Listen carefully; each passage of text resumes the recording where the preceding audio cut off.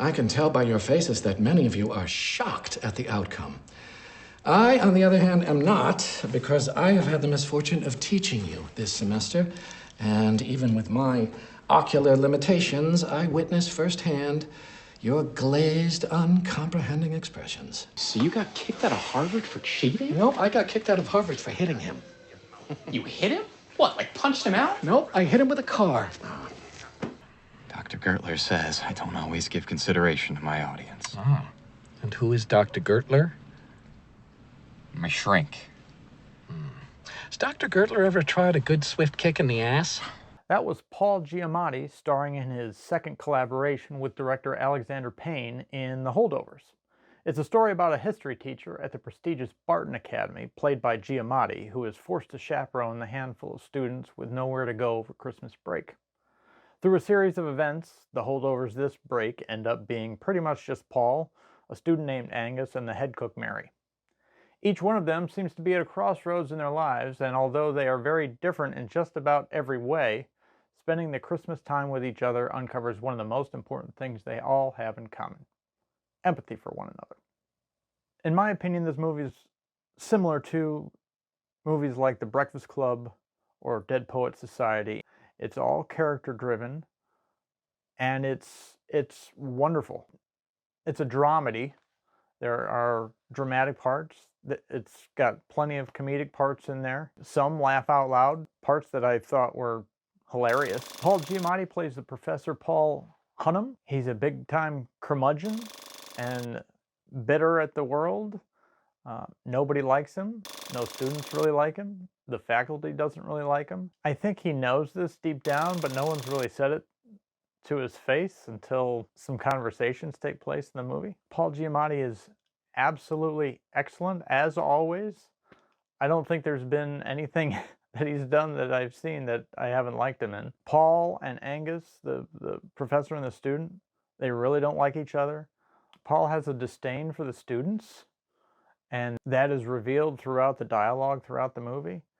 If you're someone that wants car chases or things blowing up or sex or violence or any of that stuff, if those are the movies you gravitate to, you may want to skip this one. But if you like really good character-heavy films, then I think you will enjoy this one, because this is very character-driven. The three main characters in this movie, Paul, Angus, and Mary, they have such good character development in the film. Each one of them have their own unique problems that the others had no idea what was going on with them. I thought the script was great. Giamatti's character was brilliant. Angus, played by Dominic Sessa, first-time actor. I guess he was head of his drama department at his school, but first time acting in anything professional. Absolutely wonderful. I can't even imagine being him playing alongside Giamatti, who is a quintessential actor. So gifted.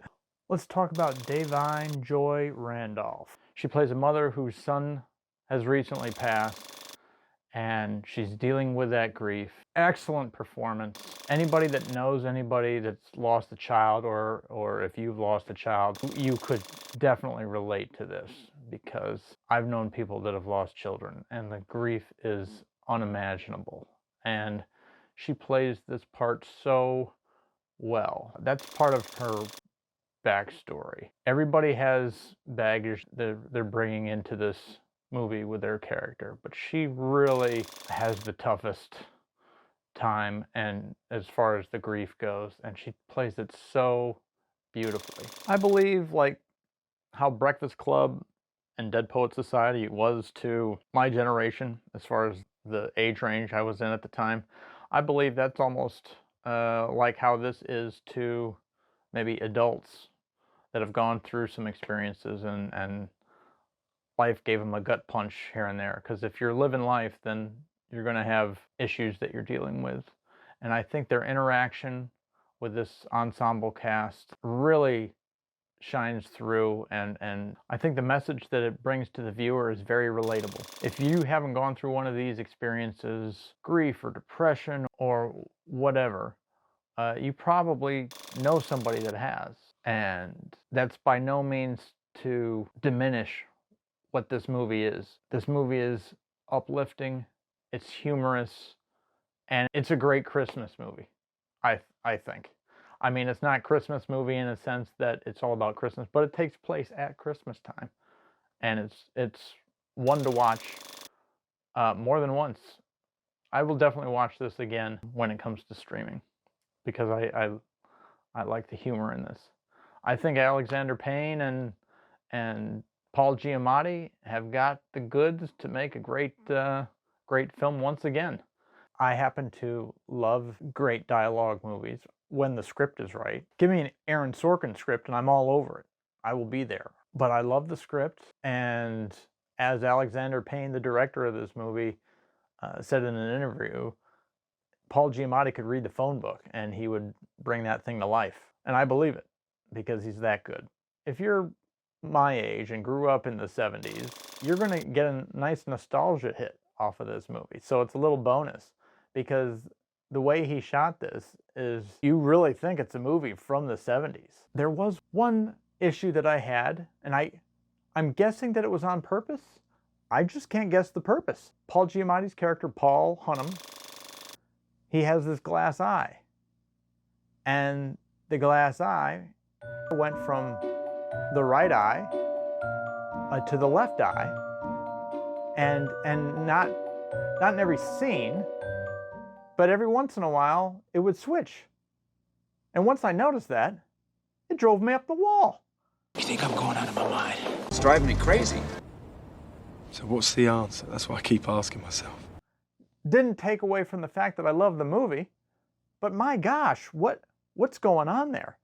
I refuse to believe that it was missed, because you had Paul Giamatti, I'm guessing it was like a contact that they used, and I know that he would realize that one day he's putting it in the right eye, one day he's putting it in the left eye.